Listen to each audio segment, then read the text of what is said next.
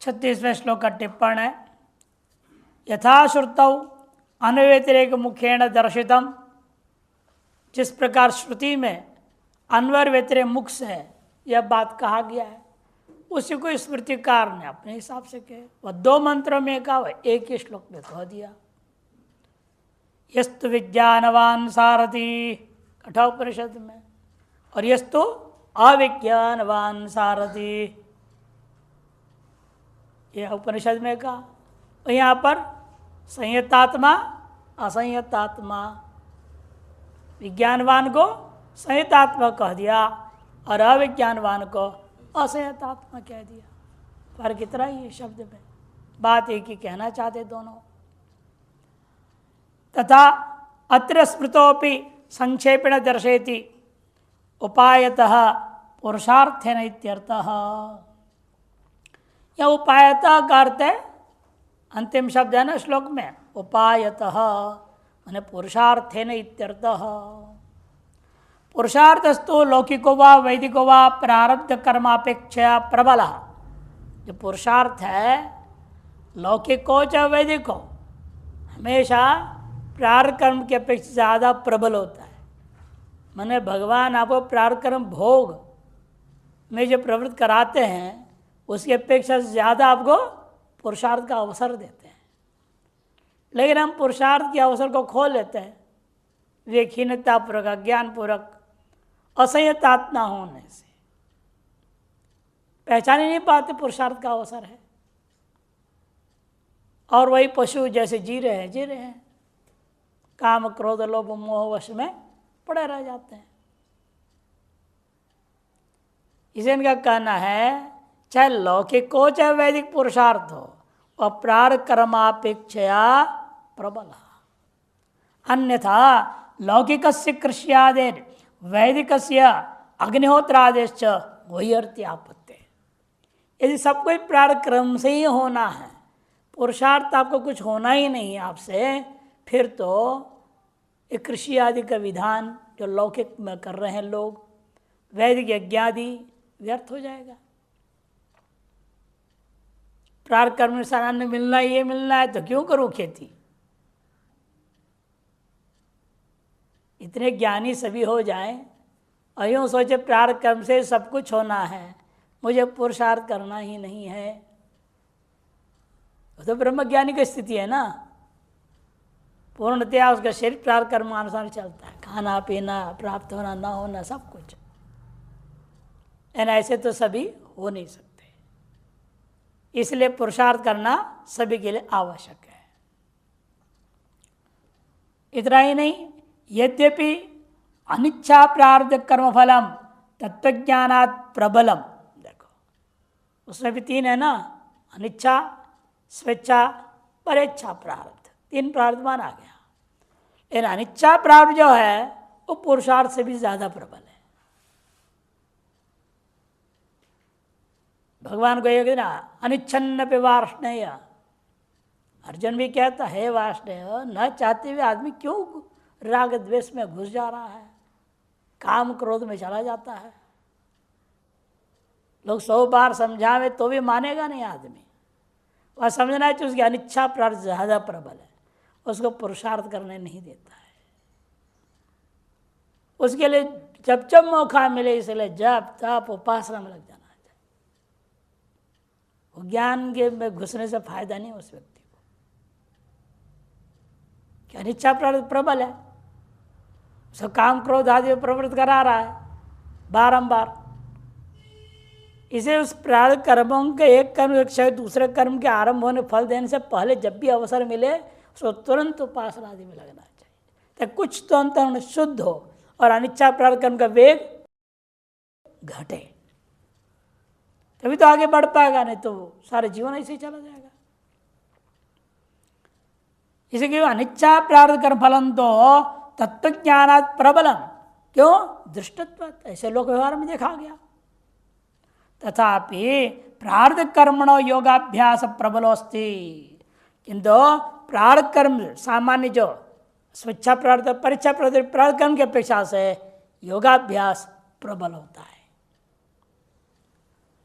अस्तु शास्त्रीय से प्रयत्न से सर्वत्र प्राबल्य दर्शनात्, क्योंकि जो है शास्त्रीय प्रयत्न को सर्वत्र प्रबल ही दर्शाया गया है, श्रुति स्मृति वर्णन किया।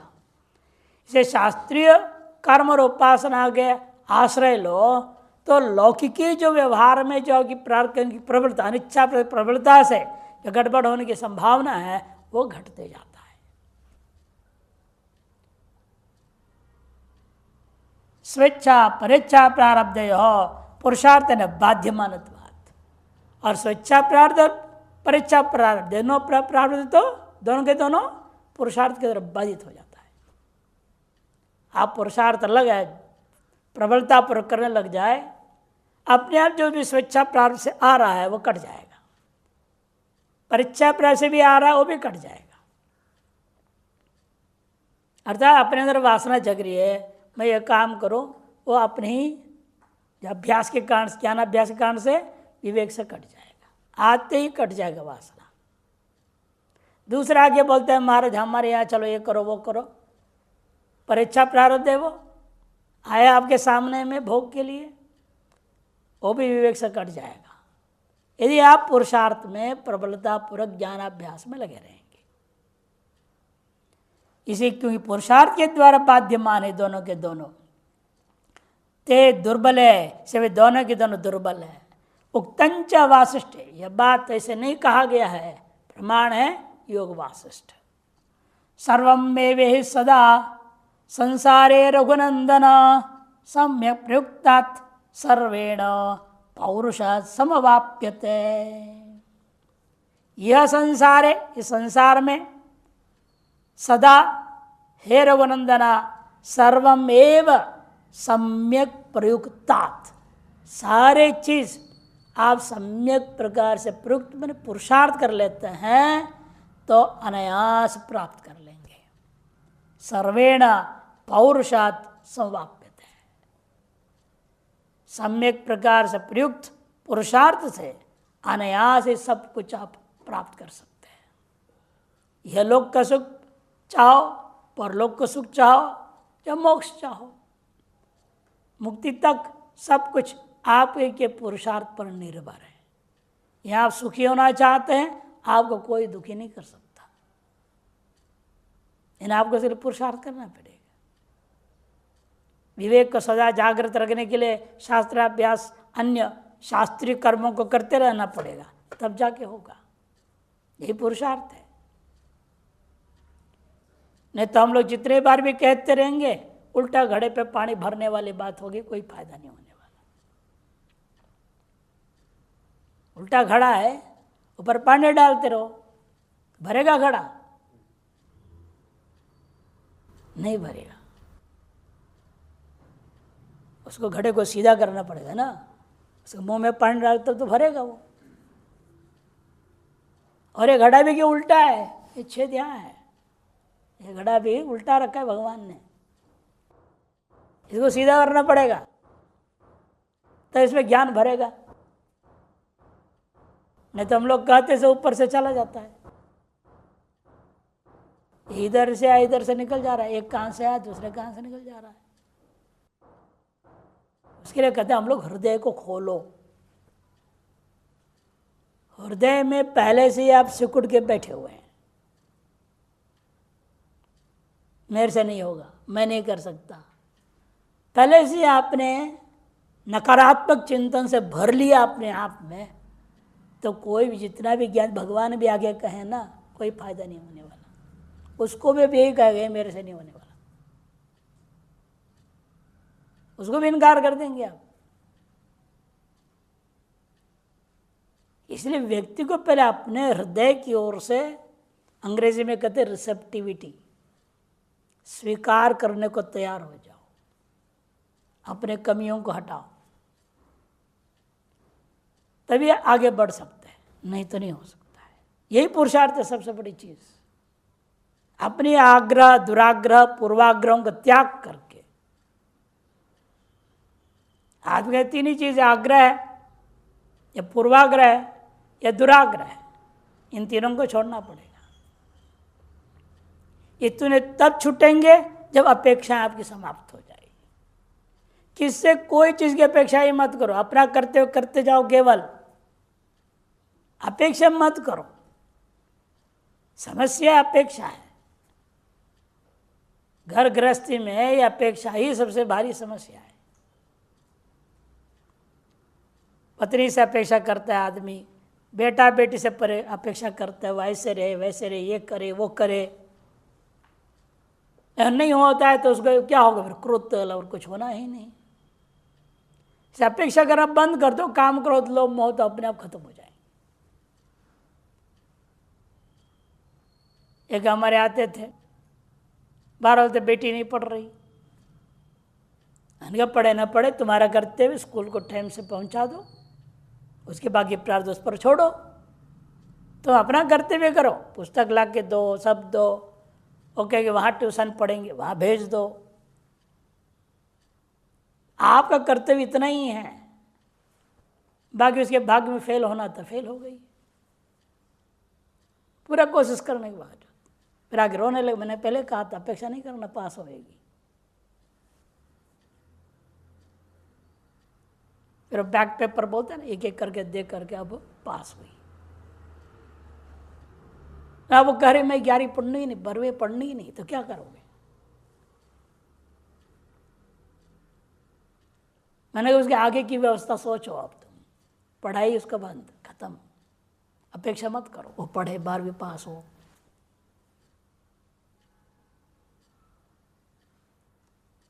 अपेक्षा नहीं करना। अब आगे क्या होगा उसका? शादी की तैयारी करो। ये व्यक्ति अपने कर्तव्य करना भूल जाता है और अपेक्षा से ज्यादा करने लगता है, फिर वहां उसको दुखी होना ही पड़ेगा। इसे कर्तव्य करो, अपेक्षा मत करो। देख लेना काम क्रोध पर विजय आसानी से हो जाएगी। यही पुरुषार्थ है। इसलिए किसने कहा बुराइयां सब त्याग दो, बस हो गया भजन। अपनी बुराई देखो और उसको त्याग दो, इसे बड़ा कोई भजन नहीं है संसार में। परमात्मा और अनुभूति और मुक्ति सब स्वतः ही होते जाएगा। अंदर की कचड़ा को समझो और उसको त्यागते जाओ। इसे क्या कह रहे? पुरुषार्थ से सब कुछ भगवान को कह रही है।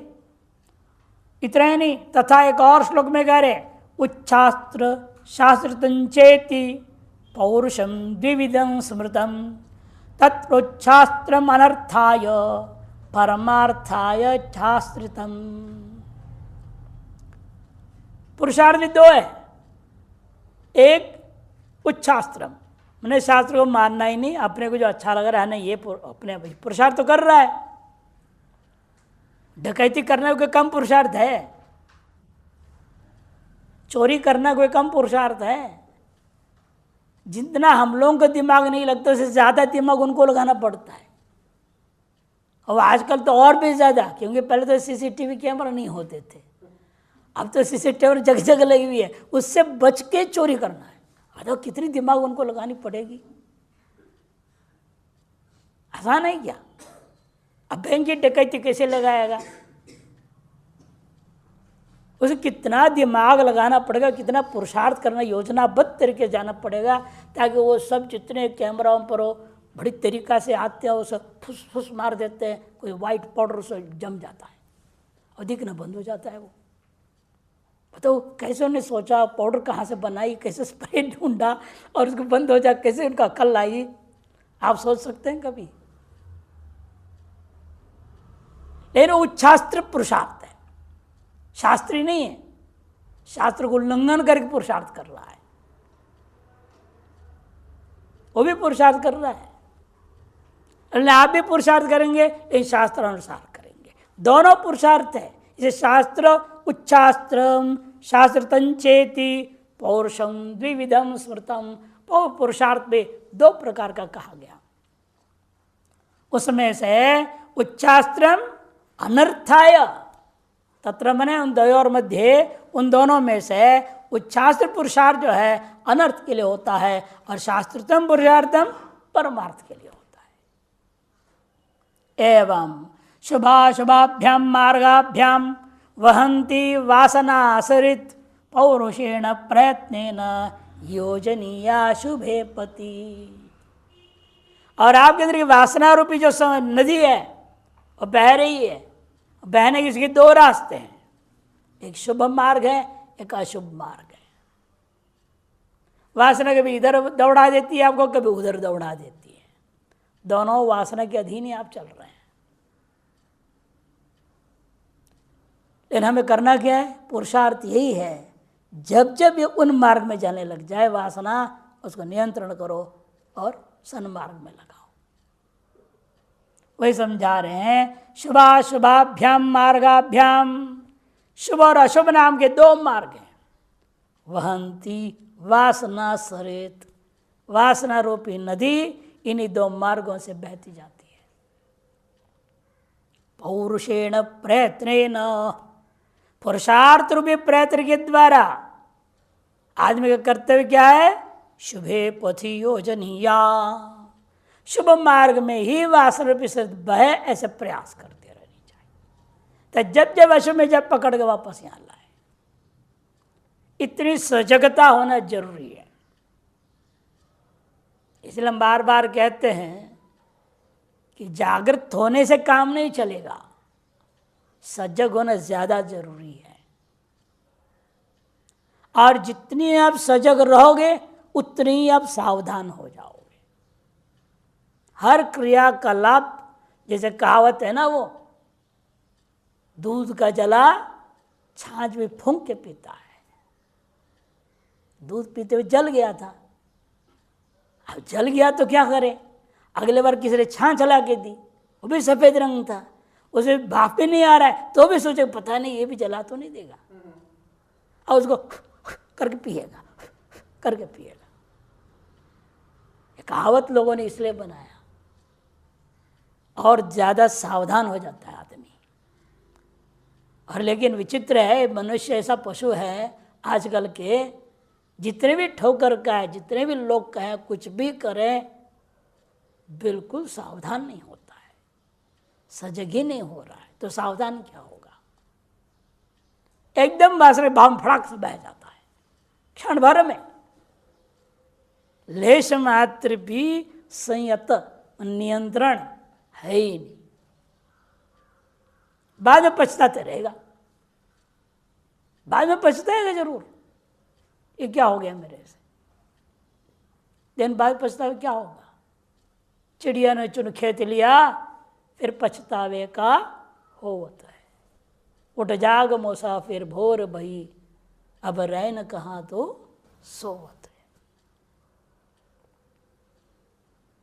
बाद में पछताने से कोई फायदा नहीं, पहले से सजग होकर के सावधान हो जाओ।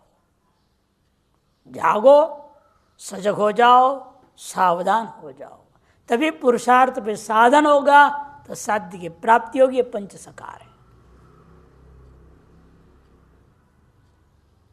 इसे कहना है पुरुषार्थ के द्वारा आपको करना क्या है? शुभ मार्ग में बार बार लगाना चाहिए।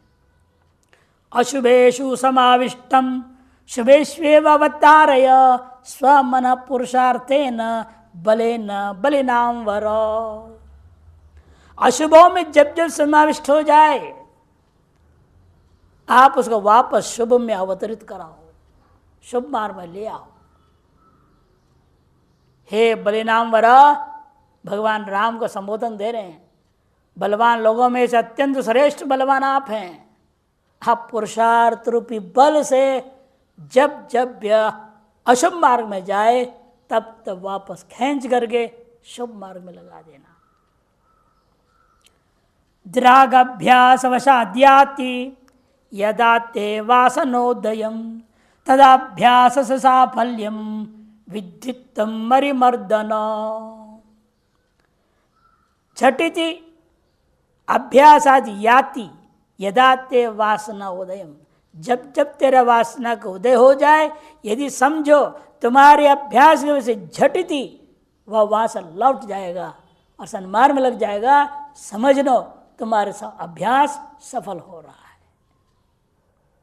आपके किया हुआ सारा पुरुषार्थ सफल हो गया कि जब जब आपके अशुभ की ओर जाने लगा है, झटिति वक्त जग जाए और तुरंत आपको शुभ मार्ग में ले आए। समय तदा अभ्यास साफल्यमिति विद्धि। हे अरिमर्दन, अरि मैंने शत्रु को मारने वाले, हे राम ये निश्चय कर समझ लेना। अतएव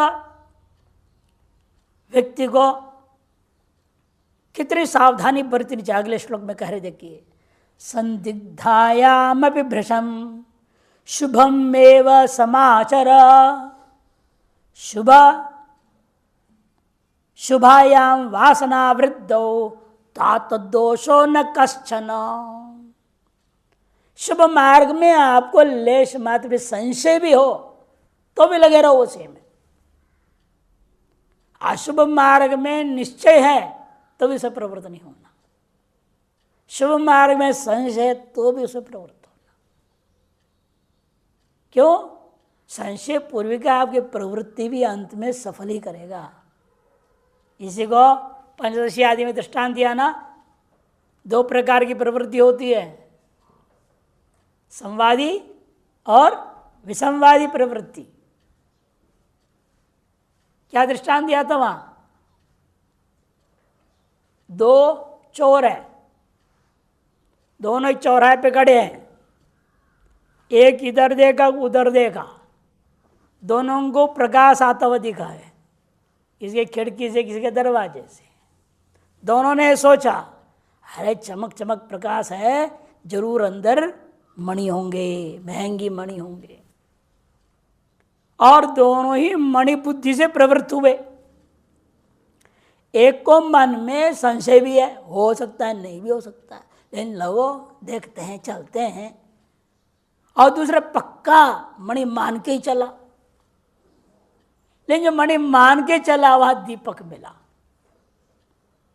जो संशय पूर्वक चला था, मणि हो या ना हो तो भी मैं चलूंगा, और मणि मिल गया। इसको संवादी प्रवृत्ति, दूसरे को विसंवादी प्रवृत्ति करते हैं।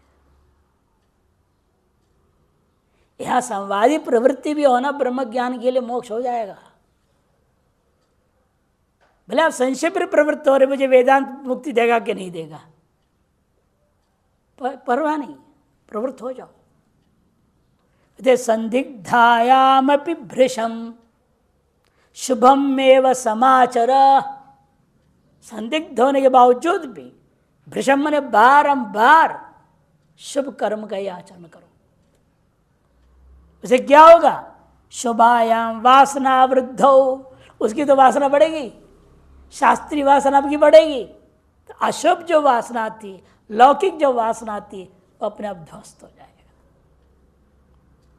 तात दोषो न कश्चन, से शास्त्रीय वासनाओं को संशय पूर्वक भी बढ़ाओगे, उसमें कोई दोष नहीं है। लौकिक वासना जितनी भी अच्छी हो उसको बढ़ाओगे, उससे आपका विनाश ही होना है, नुकसान ही नुकसान है, दोष ही दोष है। अवित्पन्न मनायावत भवान ज्ञान तत्पर गुरुशास्त्र प्रमाण स्तम निर्णीतम तावदाचर। यदि कहोगे मेरा मन तो अवित्पन्न है, मुझे शास्त्र ज्ञान ठीक ठीक पता ही नहीं, मेरे विवेक कैसे होगा? जब शास्त्र ज्ञान है नहीं मुझे, तो मेरे अंदर ज्ञान नहीं है, तो विवेक कैसे काम करेगा मेरा? कहते कोई बात नहीं, फिर तो अंध श्रद्धालु बनना पड़ेगा। क्या करना पड़ेगा? अंध श्रद्धा करनी पड़ेगी। गुरु ने कहा ये काम करो, बस सोचना नहीं, करो। जप करो, जप करना शुरू कर दो। हमको पाठ करना है, पाठ करना है। कहते गुरु या किसी ने शास्त्र आधारित प्रमाणों के द्वारा गुरु शास्त्र प्रमाण स्तम निर्णीतम समाचर, जो निर्णय कर बता दिया है उसको सम्यक आचरण करते रहना, आंख बंद करके। जैसे हम बार बार दृष्टांत देते हैं, पंजाब हरियाणा आदि क्षेत्र में लोग क्या बोलते हैं, जब भी आप महात्मा बोलो ये सफ़ेद घोड़े को, ये काला घोड़ा है सत्वचन महाराज, वो जान रहे हैं ये सफ़ेद घोड़े को गुरुजी ने काला घोड़ा कह रहे हैं, लेकिन तर्क नहीं करेगा। वो कहेगा हाँ सत्वचन महाराज। हो सकता है मेरी आंख खराब है, मैं सफेद देख रहा हूं, आप कह रहे काला तो जरूर काला है। यह अटूट श्रद्धा है, आज भी है संतों के प्रति। वहां पर सभी प्रदेशों में अत्यंत संपन्न प्रदेश वही है। कारण श्रद्धा। वो कहेंगे तुम मत करे, बिजनेस बंद कर, दूसरे कर दे। महात्मा ने क्या दिया, अगले दिन बंद कर देगा, दूसरे चालू कर देगा। ऐसा हमने देखे उन लोगों में। ये गुरु वचन में, शास्त्र वचन में और प्रामाणिक आप्त पुरुष के वचन में यदि आप श्रद्धा रख के कार्य करते रहें, निश्चित रूपेण शुभ वासना खत्म हो जाएगी। फिर वहां तर्क वितर्क कुतर्क कर दिमाग लगाना नहीं, ये क्या होगा, नहीं होगा, ऐसा होगा कि वैसा होगा, क्या है क्या नहीं है, कुछ नहीं। स्पष्ट कर देते हैं, आवित्पन्न मन वाले हो, अज्ञान तत्पर हो, आप यदि ऐसे मानते हो, जब तक यावत कह दिया, जब तक अपने आप को अवित्पन्न मन वाला, अज्ञान वाला और अज्ञान के कार्य में तत्पर रहने वाला ऐसे मानते हो भगवान, तब गुरु शास्त्र प्रमाण ही तम निर्णीतम समाचार।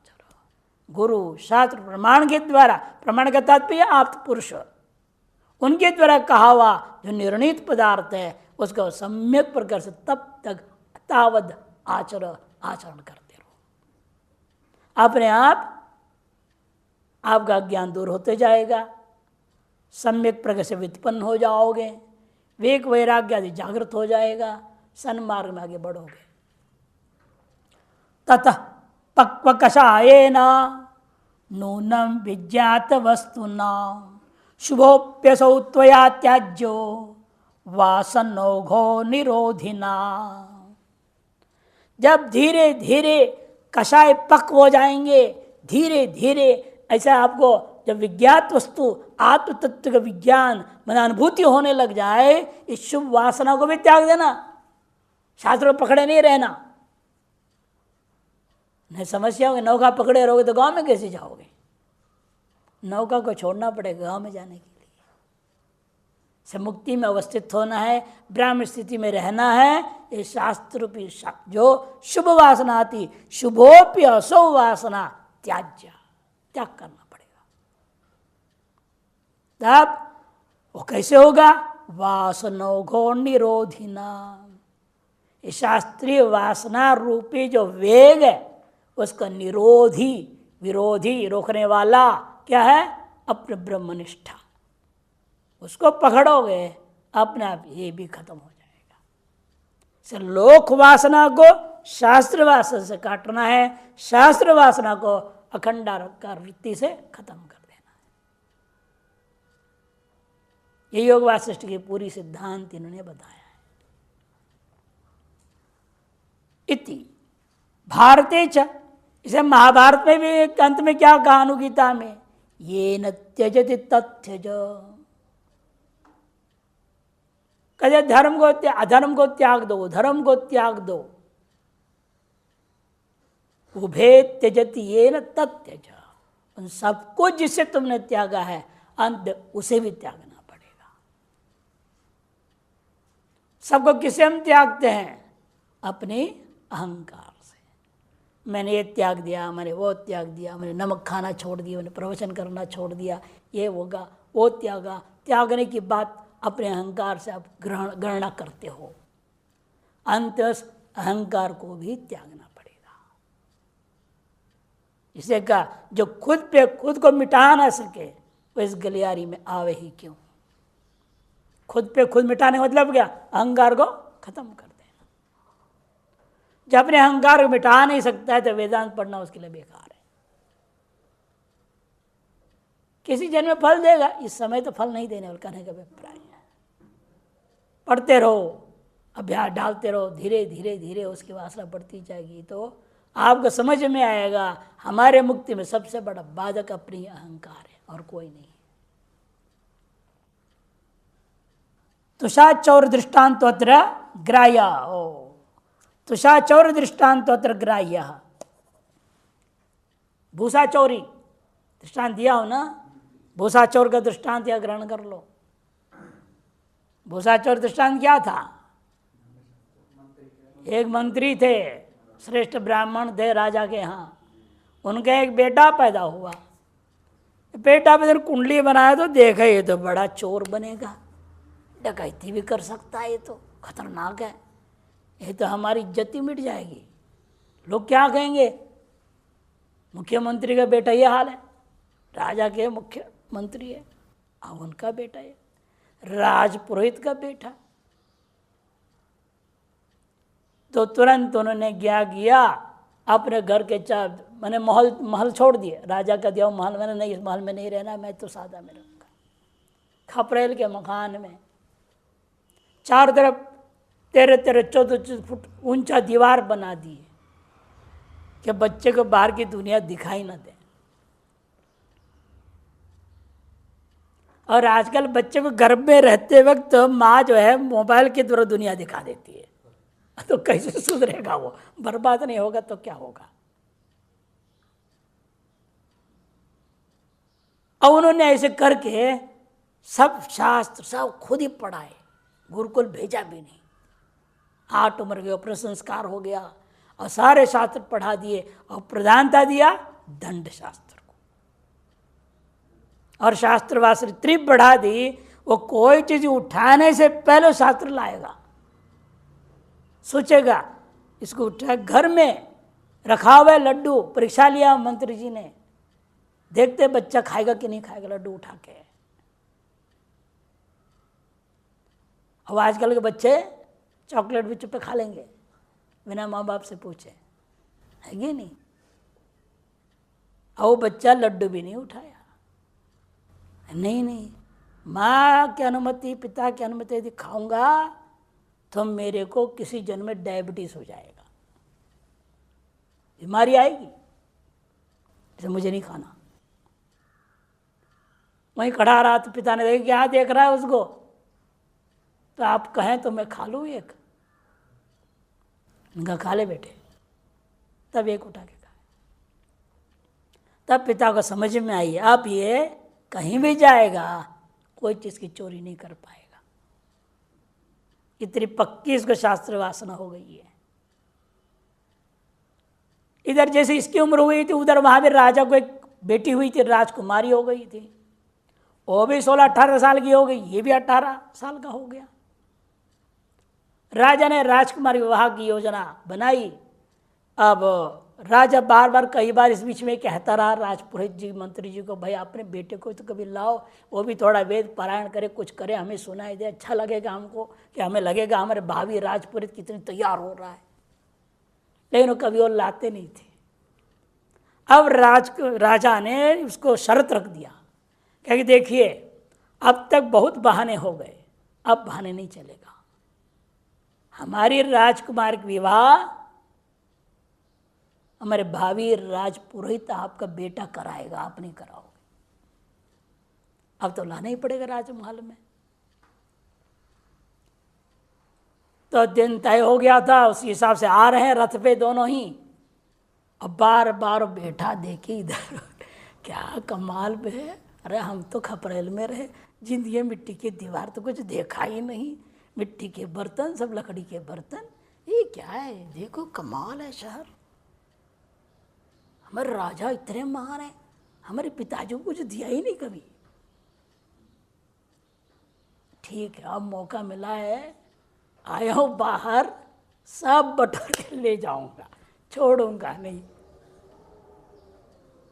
ऐसे वो सोच रहा है।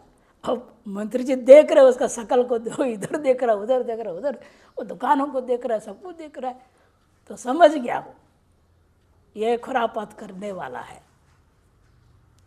फिर भी क्या कर सकते हैं, ले गए तो वहाँ दिन में सारे पहरेदार लोग हैं, सब देख रहे हैं, हाँ ये राजपुरोहित है, राजपुरोहित का बेटा है, हवन यज्ञ हो गया, पूजा पाठ हो गया, शादी हो गई, और रात होने जा रहा है और बेटी का विदाई कर रहे हैं। और ये पिता जो है पुत्र को छोड़ के 1 इंच भी दूर नहीं होते थे, साथ साथ लगे रहे, कहीं गड़बड़ ना कर दे। वो एक चम्मच भी जेब में डाल देगा तो बेइज्जती का सवाल है। सोने के चम्मच है, यहाँ चांदी के चम्मच लगे हुए हैं, फिर प्लास्टिक के चम्मच तो आजकल की शादी में जैसे होते हैं उसको भी छोड़ते नहीं। इतने दरिद्र हो गए लोग, वो भी चम्मच 4 जेब में डाल के ले आते हैं। हालत खराब है। फिर हुआ क्या, विदाई के चक्कर में राजा ने कहा मंत्री जी इधर आइए, विदाई में आपको साथ पे रहना, उसको छोड़िए, अपना बाकी समेटेगा वो। बेटा समेटेगा क्या, पूरा समेटने के चक्कर में पड़ गया। उसने कहा मौका मिला, पिताजी अलग हो गए, अब इधर वो जो भी चीज़ उठाए हाँ उसमें लगने ये पाप है, इसे दंड मिलेगा मेरे को अब बाद में। करते करते इधर रात हो गया, पहरेदार बदल गए, अब उसको कौन पहचानेगा, राजपुरोहित का बेटा है। नए पहरेदार आ गए, पुराने पहरेदार हट गए, ये भी खंबे का पीछे, कभी इधर पीछे उधर पीछे छिप छिप करके रात भर लगा रहा, लगभग एक भी सामान नहीं मिला चोरी करने लायक। करे क्या, अंत में बाहर घुस गया गौशाला में।